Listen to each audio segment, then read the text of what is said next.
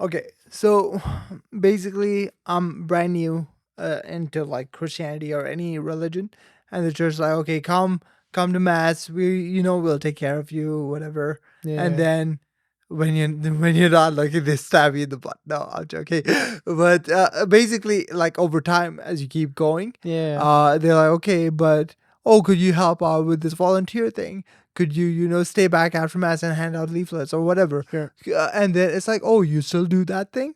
Maybe you should stop doing that. And like, I'm just like, okay. When I walked in here, they're like, come as I am. And now they're like trying to get me to do all this stuff that I'm like, do I really want to do it? So how do you sort of like wrap your head around that? Like, Well, first, I kind of I want to be clear that I guess for me it's more so the it's not like, oh, volunteer here, do that. It's more like, don't dress like that.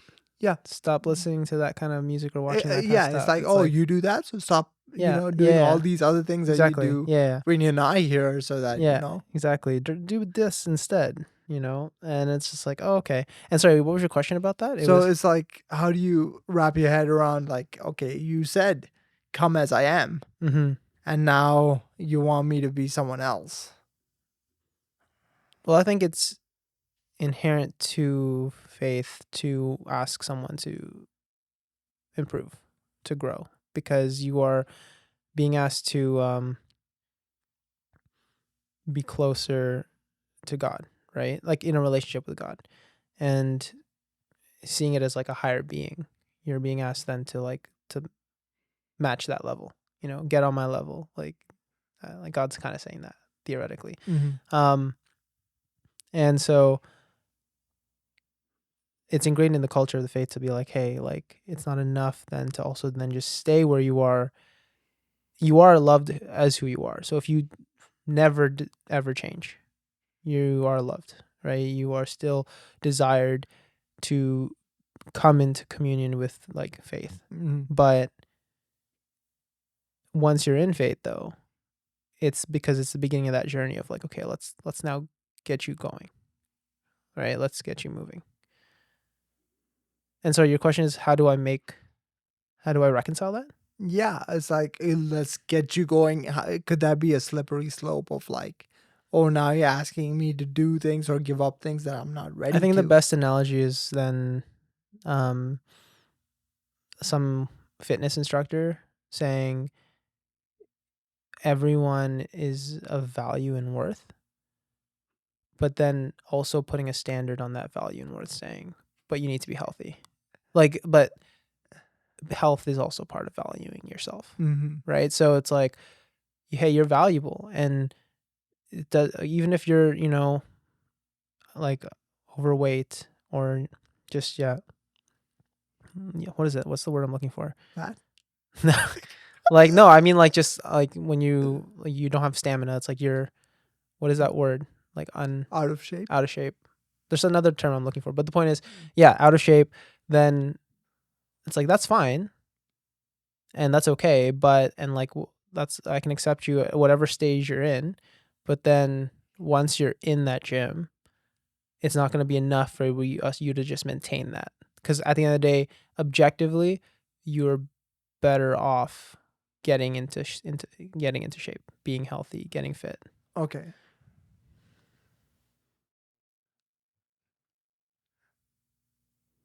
What if I keep trying to get into shape, but like nothing seems to be working? Like, how much are you gonna keep trying to like ask me and push me and still say that I have some worth and whatever?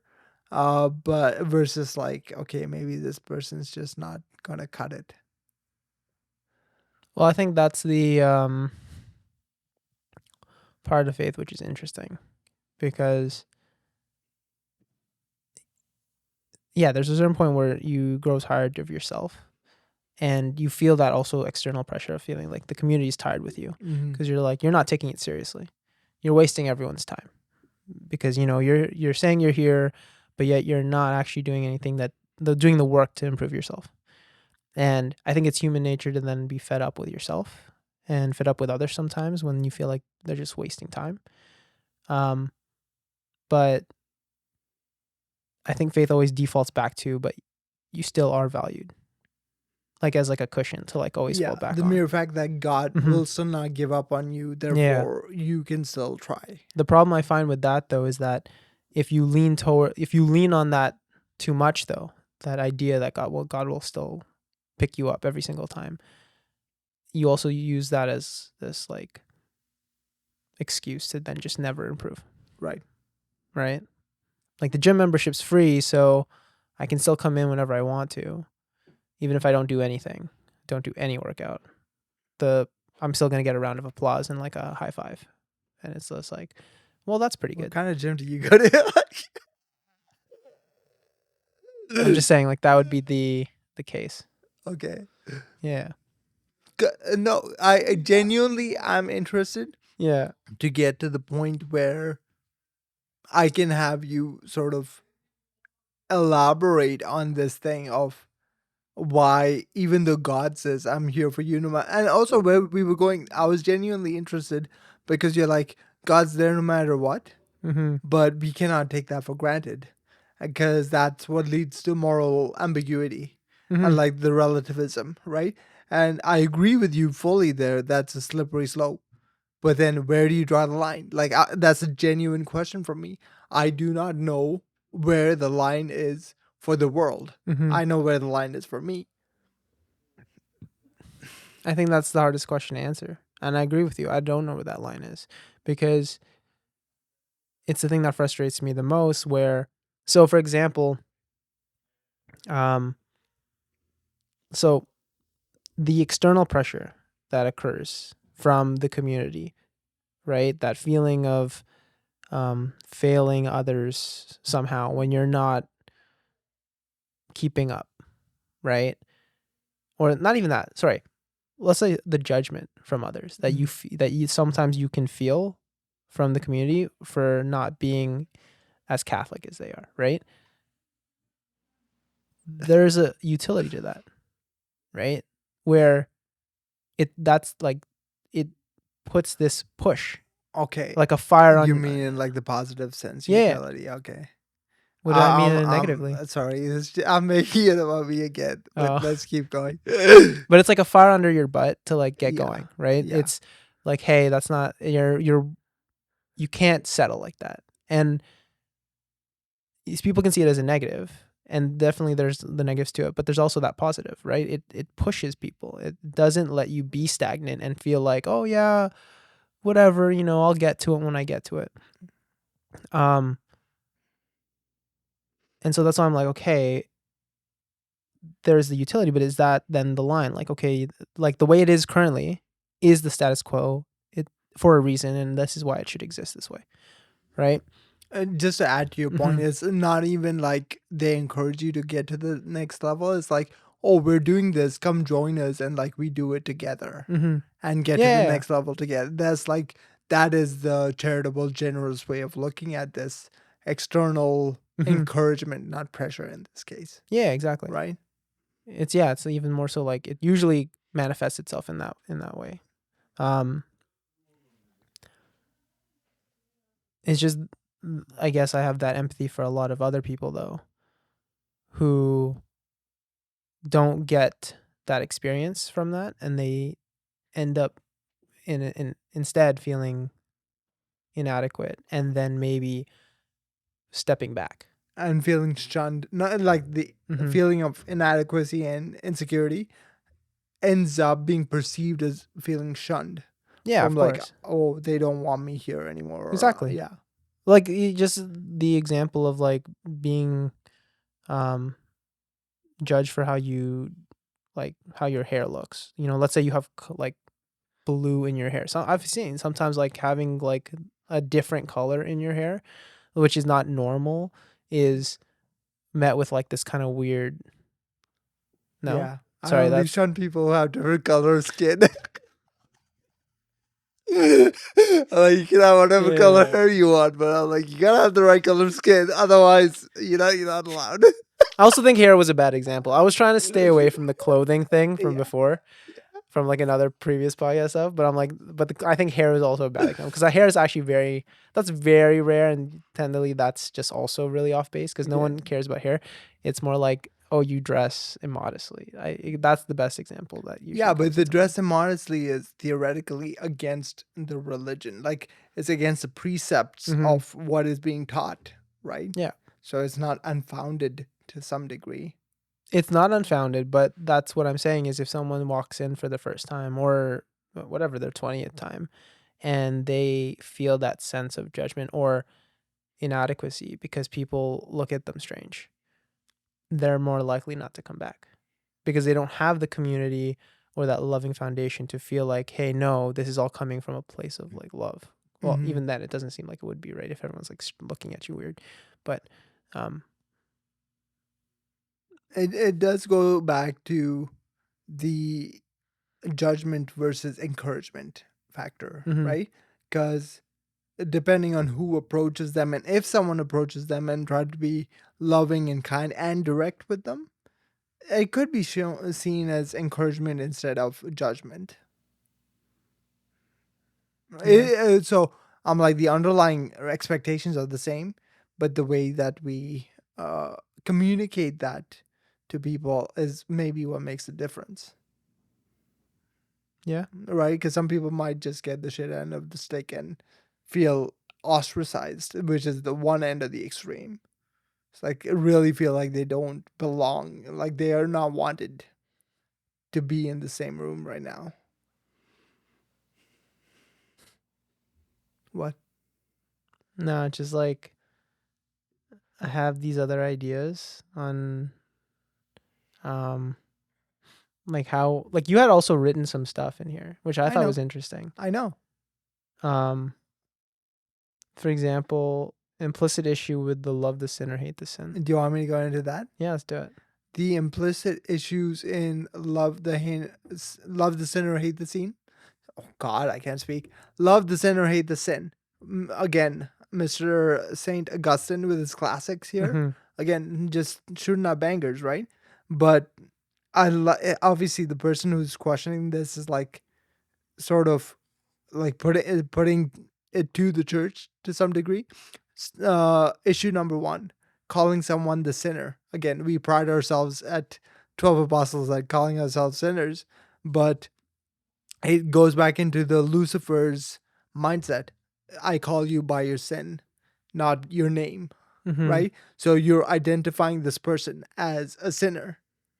There's like some kind of implicit biases in there, even though you mean the best possible thing. Is you're still calling this person a sinner. Like there's some level of like friction and like and uneasiness about it. Like, oh yeah, this guy's a sinner. And again, you and I have sort of like spent so much time like thinking through what it is. Like the sinner is like a sign of humility, not an accusatory thing. Exactly. Right? But now on the flip side of it, it's hate the sin. And the word hate was sort of bolded. Yeah. And just the insinuation that we're supposed to hate something. Sure, it's a bad thing to not like, but it's like hate, you know? It's like God asked you to hate something, but God actually doesn't hate sin. Sin is the thing that hurts him. So it's just deconstructing language in that sense. I thought that was kind of interesting. So I actually read it a little bit once you put the link in there, and I saw that too. And I agree. I found it very interesting that he approached it like that. Do you think though that in the end he missed the overall picture, or do you think he had actual, or she had actual points? I don't know who wrote it. Yeah. But it seemed like an exercise of legalese in some sense. Because if you look at the spirit of what St. Augustine wrote, it makes sense. It's like, do not fault the people for what they do, but like isolate the faults from the person. Do not hate the person for the faults that they do, but hate the faults that they made. And I did not say that. So do not fault. Yeah. Wow. I said it better the first time. You did. Let me see. Do not hate the person for the faults. Do not hate the person who makes mistakes, but isolate the mistakes from the person. That's really what he was trying to say, right? Yeah. He didn't. I think we should actually focus a little less on the mistakes altogether, and like again look at the person who makes mistakes, which is literally everyone, Mm-hmm. right? And just the mere fact that God has created this person and God loves this person, and maybe they're doing a bunch of horrible things, maybe all the time, maybe Mm-hmm. they've only made one mistake in the last month and it's like a minuscule mistakes. Regardless of the mistakes, the love that resides in them is equivalent, right? The worst sinner and the most popular saint is loved the same by God. And I think that is what is being communicated here. Like everyone has equal value, which Yeah. is really hard to like compute for a human mind, because I don't see everyone as having equal value. It doesn't make sense to me. So there was actually I don't know if this is gonna address what you're saying, or maybe I'm taking a completely different direction. But it's funny that you said that because I was reading up on um the book, The Return of the Prodigal Son, which I had read like a couple years ago, Mm-hmm. because I thought it was a really good piece of information to apply towards the questions that I wanted to ask today. Sure. But there was actually I sectioned off a quote. So do you know the premise of I it? skimmed your thing a little bit, but Okay. please pose it to me. Yeah. So basically the author Henry Newen, he fell in love with the painting, the famous painting, The Return of the Rembrandt. Prodigal, Rembrandt, exactly. And essentially, it's just his journey of constantly coming back to that painting and just looking at it, and then finding himself connecting to every person in the painting. So the son, the older brother, and then also the father. Mm-hmm. And so everyone connects usually with the son, right? The first one, the one who ran away, because that's the main person in the story. But there are the other two characters where it kind of illustrates the journey that faith takes, right? So the first part is when you leave and you come back. You feel unworthy, you feel disconnected, but then the father says, I take you as you are. You are loved regardless of the position you're in. Come back to me, right? So you come back. But then for someone who's already been in the faith or is in it right now, there is the elder brother who feels this sense of resentment, of maybe not feeling as valued. Like, I've been here this whole time, yet you do all this for the person who mistreated you, right? And then of course the father, who's like, they're always going to be the one who loves, and like no matter what, there's no cost to the love. It's like, I will love you regardless. Even the older brother who's being jealous, or the younger brother who left, doesn't matter. I will love you the same. And to what you said about though being equal, there was this thing about the older brother, and he points out, I'm just going to read it. It's a quote where this isn't from the book. It's the criticism, not criticism, but it's like the synopsis of the book. And then a part of it is obviously sectioned off as quoted from the book. But he points out that most Christians, if they are honest in reading the parable, feel that the father's response to his eldest, "You are always with me, and all I have is yours," seems so inadequate compared to the joy, to the promise of a feast, to the exuberance with which the prodigal is welcomed. It is our perception of that inadequacy, Newen says, that we must face up to the truth. That if we feel that way, it is our implicit admission that we don't feel that God's presence alone is enough. It's our confession that having his love is not sufficient for us. If it was, why would we covet anything that someone else might have? And so there's that.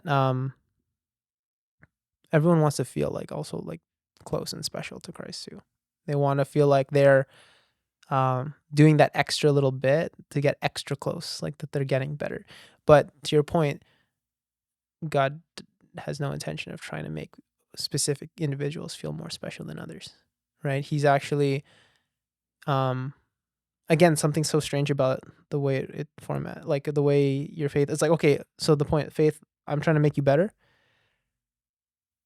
The being better is not being my pet, like my teacher's pet.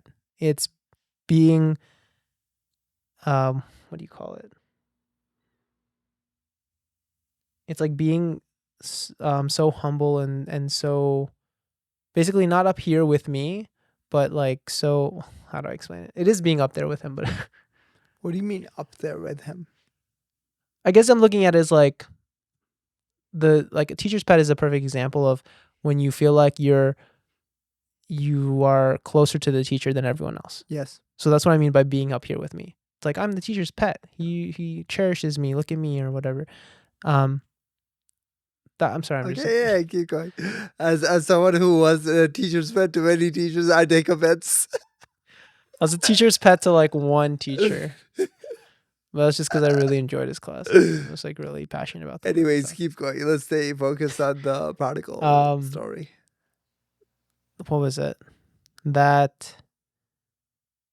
he calls you to then be a servant to everyone else. It's like he's not calling you to a higher status, but to a lower status, to serve those that you may think you're above. Okay. You know what I mean? So the best example would be like he's asking, you're called to be charitable and do charity work, for example, where you think it's like, oh, I'm doing all this so that I'm like closer to you, but then now go serve those who don't know Christ. It's like, well, now in a way you are washed. Like, I don't know. You see what I'm saying? Does that make sense? Like you're a servant to someone else that you consider yourself theoretically above. I think it might go a bit deeper than that. Yeah. Because people go into the charity angle and whatever, but perhaps it's almost trying to acknowledge that you might not be better than this horrible person that, cheats on their wife and all this stuff. Right? Because you look at this person and you sort of judge them for like the mistakes that they made. And I think because the charity is like a very physical, like showing of what that lesson is. But it's almost saying, okay, perhaps if you had the same experience as they did, or if you didn't know God as much as you do know God, perhaps you'd be the one cheating on your wife, or you'd be the one, stealing money from work, or because you have other priorities, right? And I think it's actually more profound than giving to charity. I think that's like what the parables said, quite literally. But when we translate that to our reality, it's the humility portion of maybe I'm not as good as I think I am, or maybe I do have so much more. And that's sort of what the end of that quote was saying, is like, perhaps if you're looking at others and saying that you don't have enough or whatever, it's perhaps because you don't have enough. It's like, because if you think God is like being closer to these people, or like, he's supposed to show you more attention, because you're not actually appreciating what it is his role is in your life.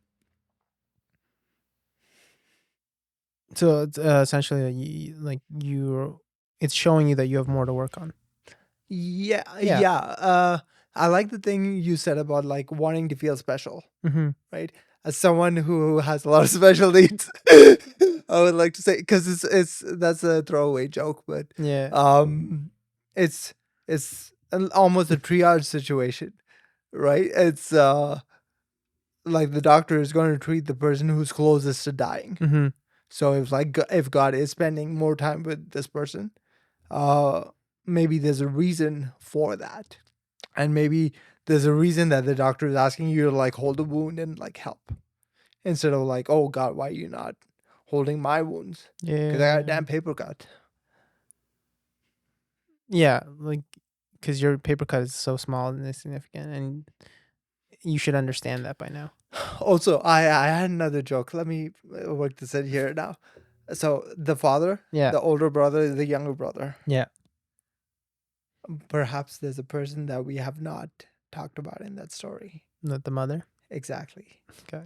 And it works into this analogy, because let's just say the younger brother comes back, fat a calf slaughter to throw a party, and like over time he starts living with the dad. The older brother goes to university, moves out, and then the dad has another baby with the mom, right? That's where the whole cycle starts again. Because the person who just entered the church maybe feels like all cozy and Holy Spirit-y and like high on life. And then they get older and the dad is sort of like giving all his attention to the younger brother. Younger brother goes away, and then now the older baby brother, gets who used to attention. be the prodigal Yeah. son, is now like, yo, dude, Yeah. like, we were so tight. We threw a party together. Like, what happened to that? Right? Because God is just moving on to the next person who, I guess, Needs the attention the most. yes. The baby needs help. And then it's a very human trait to feel resentful Mhm. that you're not getting the attention. Exactly.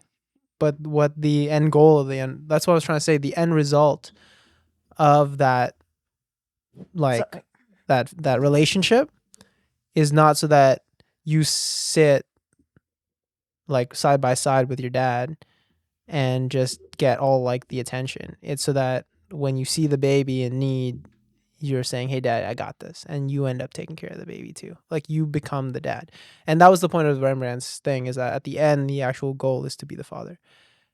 You're supposed to then have that inherent love for everyone. But yeah, I wanted to tie it in more so with like the initial question that I was posing about. Go back. I think we went on a controlled tangent there.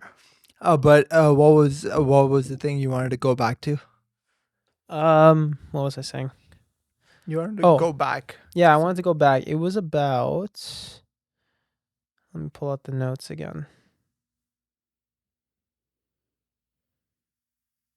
Well, it really is back to the question of,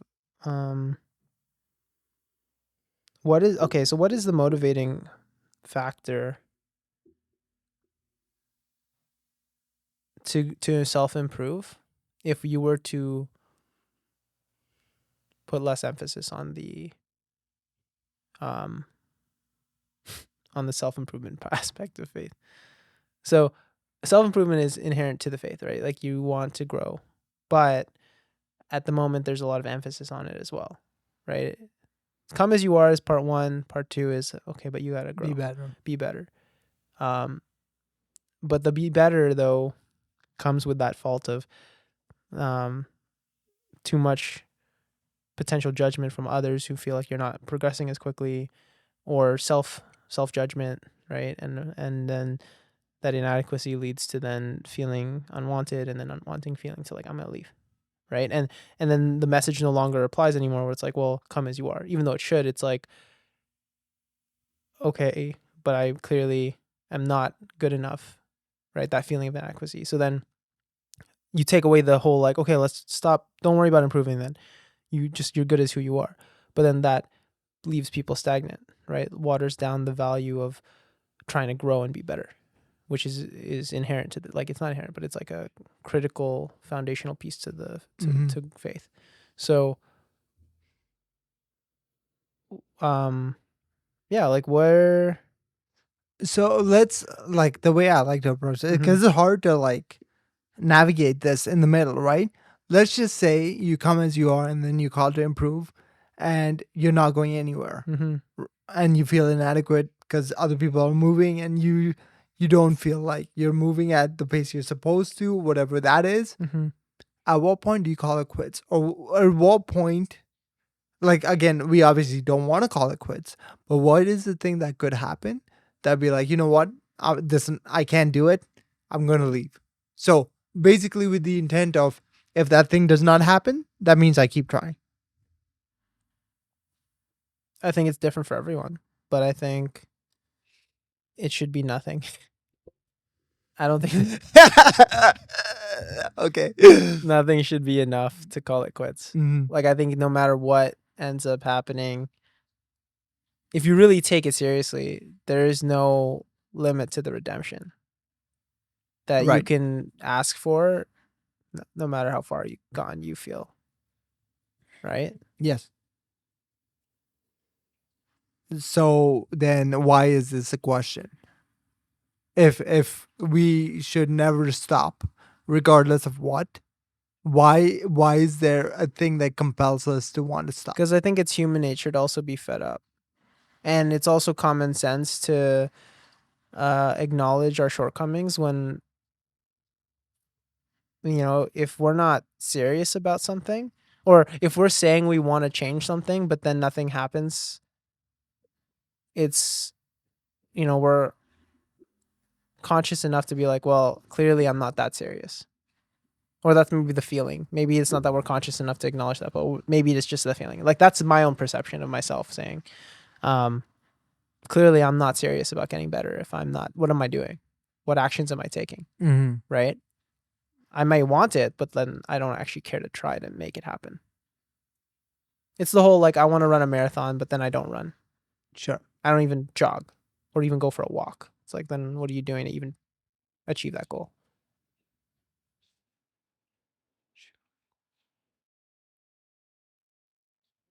Okay, so at what point do we give into that human side of us versus, again, like if the church teaches you're not actually doing this by yourself, you Mhm. have help, like spiritual help or whatever, both community help and spiritual help. But if the community fails you, or if the community is moving too fast for you and like you feel left behind, what about tapping into that spiritual help? Is that an option, or is that, do you believe in that? I do believe in that, but I think I think there is actually a lot of self, like, accountability on your, like, and it's just to yourself that is required. A lot of discipline that is required in order to actually make those changes. I don't think as much as the support exists, the change is going to happen unless you actually have the discipline to make the change. Like, at the end of the day, only you are going to put the work in. People can only help tell you to put the work in. And I think the danger of actually asking for assistance from your community is that they also too get fed up when they can see you're not actually putting in the work and you just keep asking for assistance. So I'm not talking about the community, because sure, some people will try to help you, but everyone has their limits, and at some point they'll get fed up. I'm talking about spiritual help, Mm-hmm. like from above, because theoretically, that above person will not give up on you, even if you don't want to do it. So if you know that there is no quit, there, that should be off the table, and you know that you have this assistance coming, like from some supernatural source, um, is that sufficient to always keep trying? Ask that question again, sorry? Okay, so basically, if you depend on someone like Yeah. in your community or whatever, everyone will have a breaking point. Sure. Obviously, your parents will be like the last people to give up on you, Sure. but like some just friend or a volunteer or a priest even has less of a vested interest in your personal growth spiritually, right? Because whatever. Mm-hmm. Now, if you don't get that from another human being, you know that the assistance that comes from God slash angels is abundant. Mm-hmm. So you have this goal where you never quit, and you have a resource pool that's abundant. So does that not mean you'd always stay on the path? No, because sometimes you don't feel that faith or that support coming Mhm. from these spiritual entities, Okay. right? So because you don't feel it does not mean that it's not happening, Mm-hmm. right? So if you don't feel it, what can, again, this again goes back to the no quit. You don't feel it, but what can you do to start feeling it, I guess? That I don't know. Yeah. I think that's the point, though. It's that you lose that motivation, and that's why people can be stagnant for years or they leave because they don't feel like they're adequate enough again. I feel like there's another word, but adequate, sufficient. So Adequate's adequate. That sounds like something my dad would say. Adequate is adequate. adequate is adequate. What are your thoughts? I think what you stumbled on is almost like a self contradiction, but it's really a Interesting. human contradiction, right? And you didn't Yeah. contradict yourself, but you said on one end, theoretically, you should never leave. But then on the human side of it, pragmatically, there is a breaking point, because there's almost like a community people Yeah. having a breaking point for you, and you having a breaking point on yourself. A perfect example is like I'm hungry and I'm at this restaurant and I want to eat, but then I don't know what to order. And at some point you're gonna leave. You're not gonna just stay there forever until you find out what you're gonna order. At some point you might be like, no, I'm just wasting my time here. right? There's that time, that feeling of wasting or like you're already in front of the cashier, even more so, and everyone's just waiting for you. Yeah. At some point, you're So, just like, to me, the gosh, dang. cashier and everyone else is the community part. It's like Yeah. most people would be patient. Fair. It's like, okay, I think he almost has it. Yeah. He's looking at the left side of the menu, so he might be Yeah. close. And then they'll be like, you know what, just stand to the side and like figure your shit So out. then what it is, stand to the side. So then you stand to the side, but then at the end of the day, you're not getting the food you're looking for because you're not able to order and you're not able to take the steps to get to that point. So in the end, you feel like, you know what, I'm just gonna leave because I can't. I'm wasting my time here. And so you'll find food somewhere else. You'll find that community or something, whatever you're looking for, somewhere else. And that's, I think, human nature as well. Okay. I lost where we started off. Do you want to go back to the starting point? Sure. Or because I don't know where else to go from there. I think we no, it's fair. Pretty much we know what we're supposed to do, but we're limited. So that's. Do you see any? So at this point, do you see any holes with so far what's being said? Not necessarily, because like for me, it's if you can't seem to believe in that supernatural thing, what do you do then? Do you just fake believe until you truly believe? What do you live your? Because some people will like be able to fake it and then like tap into the thing, right? But if you start faking it, then you start not liking yourself for faking it. Yeah. And then you start downward spiraling instead of like trying to help yourself. That could also happen. So then my question then is, what is the value proposition of faith if you were just to go about faith on the basis of come as you are without the push for self-improvement? Can that exist?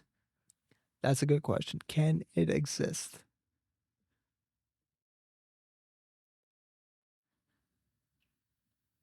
So just to add, I'll give you an example, or not an example, but in one's journey to grow in their faith, they're being called to be like, again, the quote unquote, the father from the prodigal son, right? The father is the undying love that never rests and never gives up, which, again, to humans, that's insane, right? Like if someone's clearly not trying, why am I going to continue just getting hurt and giving them chances to hurt me again, right? But that's kind of one of the things you're called in that direction to do for others, is to show them that kind of love, that experience. So to the question, it's like, so if the culture then is to then really try to love people with that kind of effort and lack expectation of their improvement, right? So your love is not a reward for their amount of effort in the relationship, but just given. They are able then to stay also stagnant. Will they stay stagnant?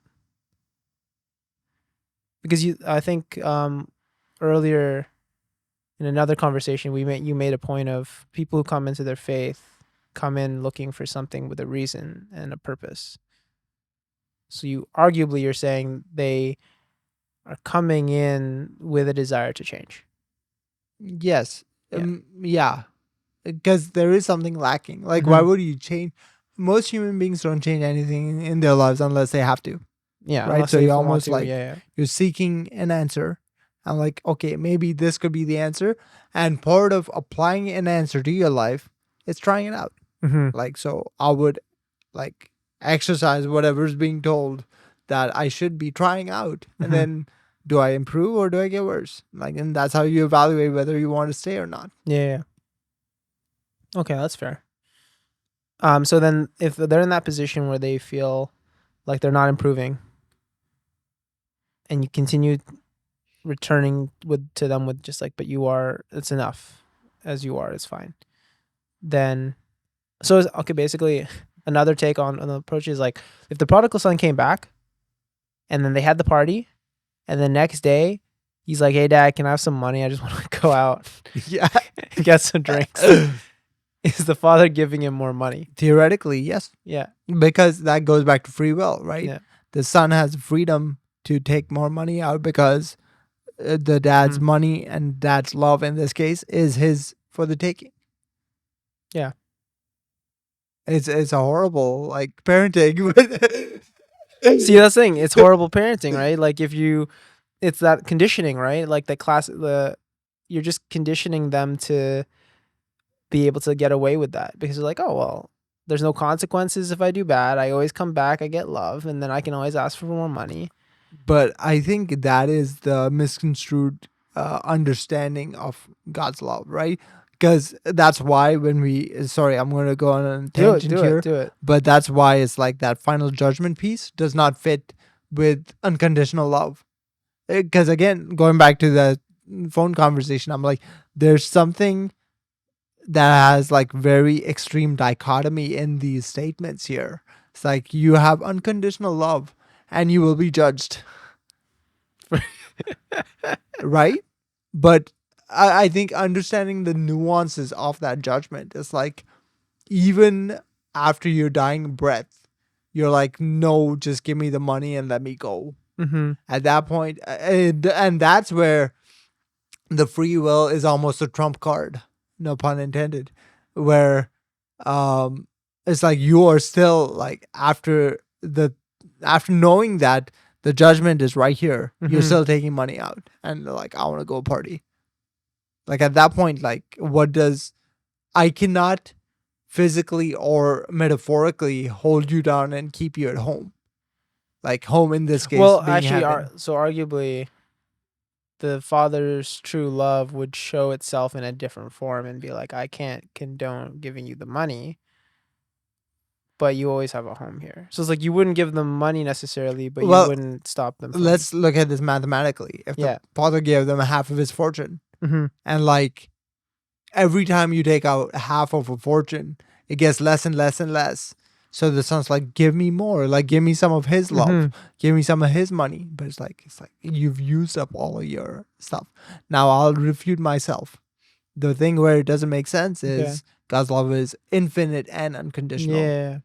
The infinity is a concept, and like I can't go into that. But again, I see the pitfalls of my metaphor, but I still stand with the metaphor of like, it's kind of like the dopamine hits, right? The more you hit it, the less of an effect the same dosage has. And like now your actual dosage is also decreasing. Like you just won't get the same elation that you did from that first trip out. Sorry, so thought that came to my mind. So God's love is unconditional. It's not stupid.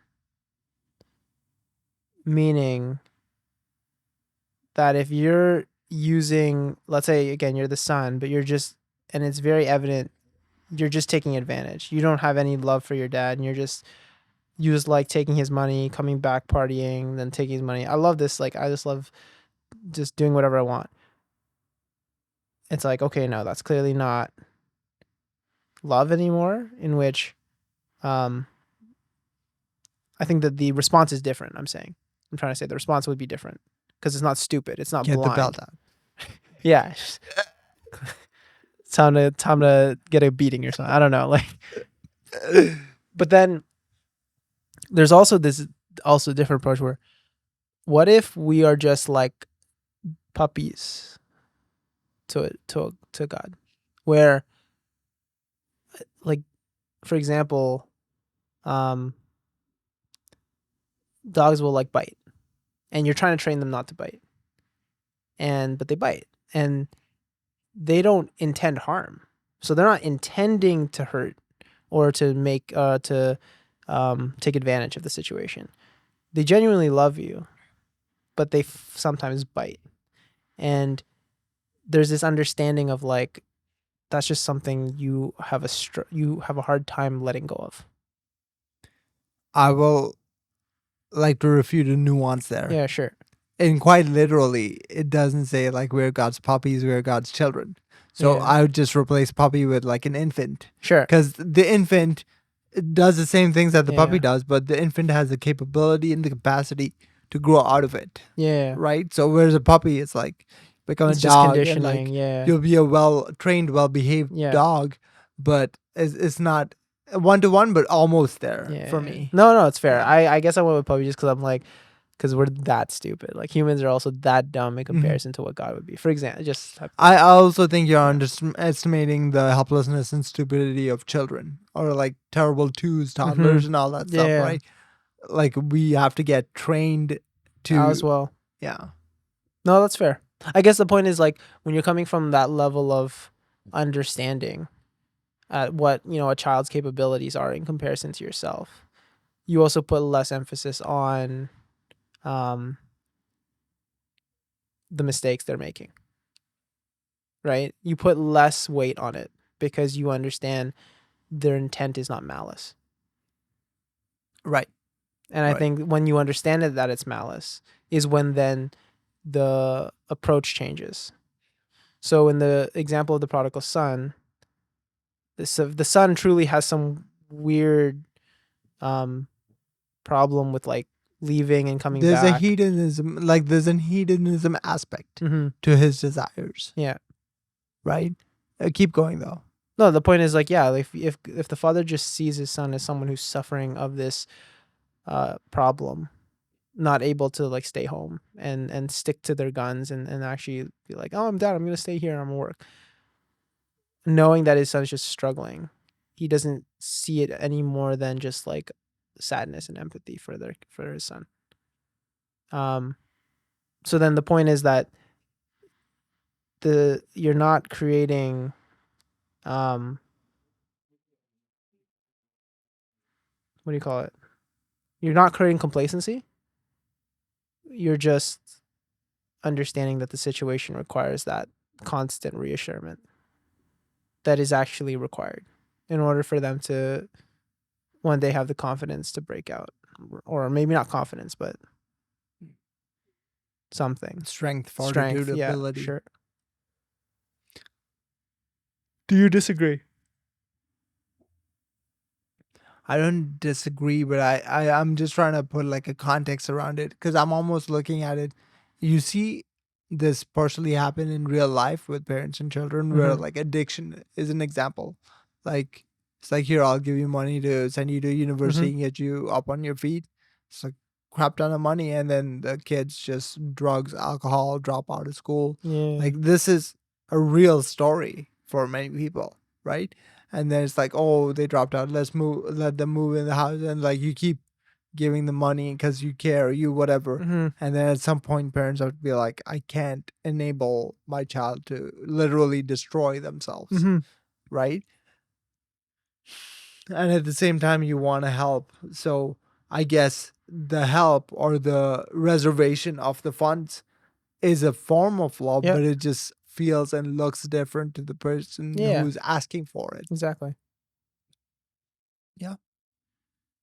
So yeah, I guess what I'm saying is I agree with you. I'm just looking at it from a more realism perspective, not just like oh, what if, this theoretical person existed and what would they do and what does that mean?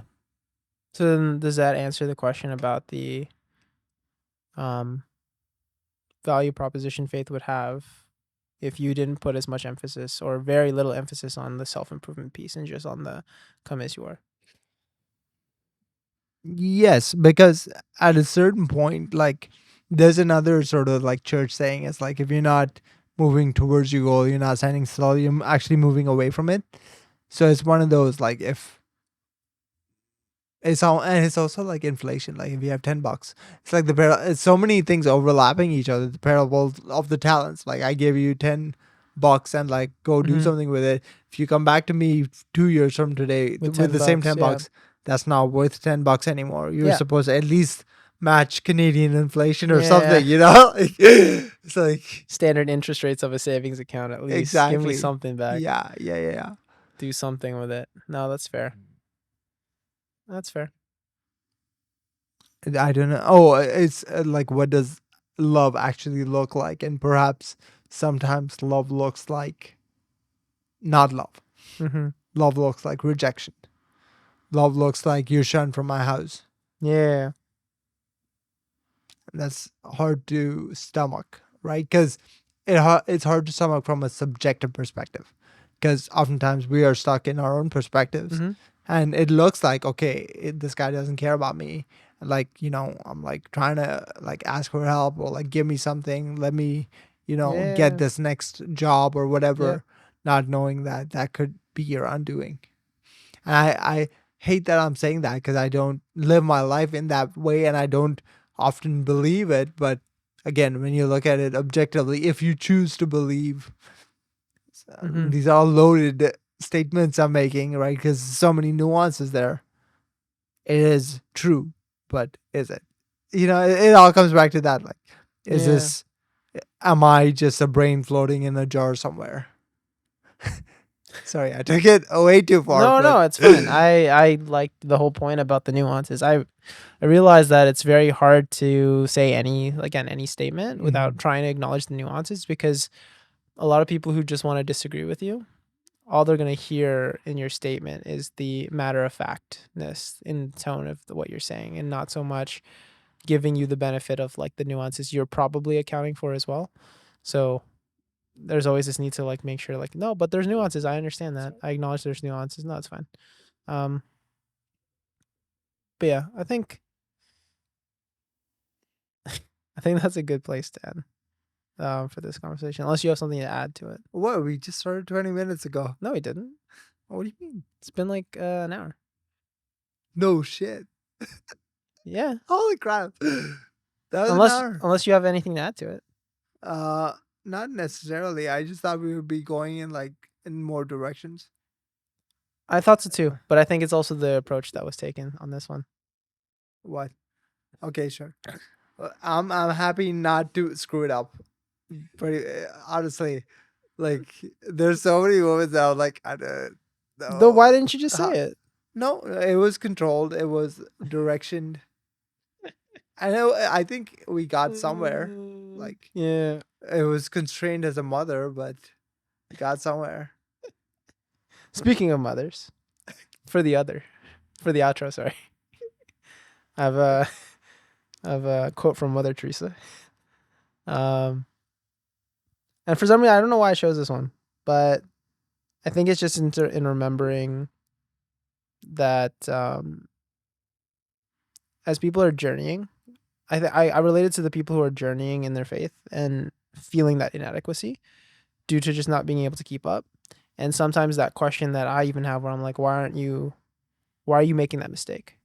Why are you making that decision? Why are you constantly making the wrong decision over time? Like what's wrong with you, right? Like that kind of frustration of like, can't you just get it right? Um, and I think that just applies to all of us. And it's just remembering that I'm not above the norm of like human beings, right? But Mother Teresa says people are unrealistic, illogical, and self-centered. Love them anyway.